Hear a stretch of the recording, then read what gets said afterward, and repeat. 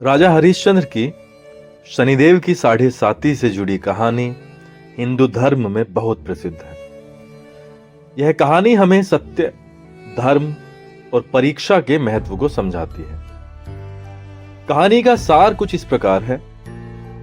राजा हरिश्चंद्र सत्य, न्याय और धर्म के प्रतीक माने जाते हैं। उनकी प्रसिद्धि स्वर्ग तक पहुंचती थी, लेकिन शनिदेव को उनके सत्य और धर्म की परीक्षा लेनी थी। शनिदेव ने उनकी साढ़े साती शुरू की और उन्हें कठिन परीक्षाओं से गुजरना पड़ा। सबसे पहले उन्हें राज्य त्यागना पड़ा। शनिदेव के प्रभाव से राजा हरिश्चंद्र को अपना राज्य और धन छोड़कर दरिद्रता में जीना पड़ा। नंबर 2, परिवार का बिछोह। शनिदेव ने ऐसी परिस्थितियां उत्पन्न की कि राजा को अपनी पत्नी और पुत्र से अलग होना पड़ा। नंबर 3, गुलामी का जीवन। हरिश्चंद्र को एक डोम मतलब शमशान में जो काम करते हैं, जो शमशान के रक्षक होते हैं, उनके यहां गुलाम बनकर काम करना पड़ा। वहां उन्हें मृतकों के दाह संस्कार के लिए शुल्क मांगना पड़ता था।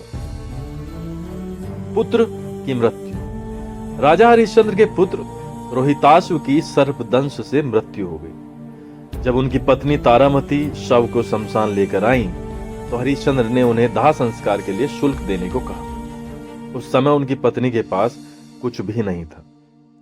सत्य और धर्म की जीत। इन कठिन परिस्थितियों में भी हरिश्चंद्र ने सत्य का पालन किया और धर्म का मार्ग नहीं छोड़ा। उनकी इस परीक्षा को देखकर शनिदेव प्रसन्न हुए और राजा हरिश्चंद्र को उनका राज्य, धन और परिवार लौटा दिया। इस कहानी से हमें यह शिक्षा मिलती है कि सत्य और धर्म के मार्ग पर चलने वाले व्यक्ति को कठिन परीक्षाओं से गुजरना पड़ सकता है, लेकिन अंत में जीत सत्य और धर्म की ही होती।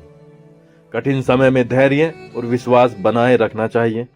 शनिदेव हमें कर्म और सत्य का महत्व सिखाते हैं। यह कहानी हमें बताती है कि साढ़े साती का प्रभाव केवल कर्मों की परीक्षा लेने के लिए होता है, और जो सच्चाई पर अडिग रहते हैं उन्हें शनिदेव का आशीर्वाद भी अवश्य ही प्राप्त होता है।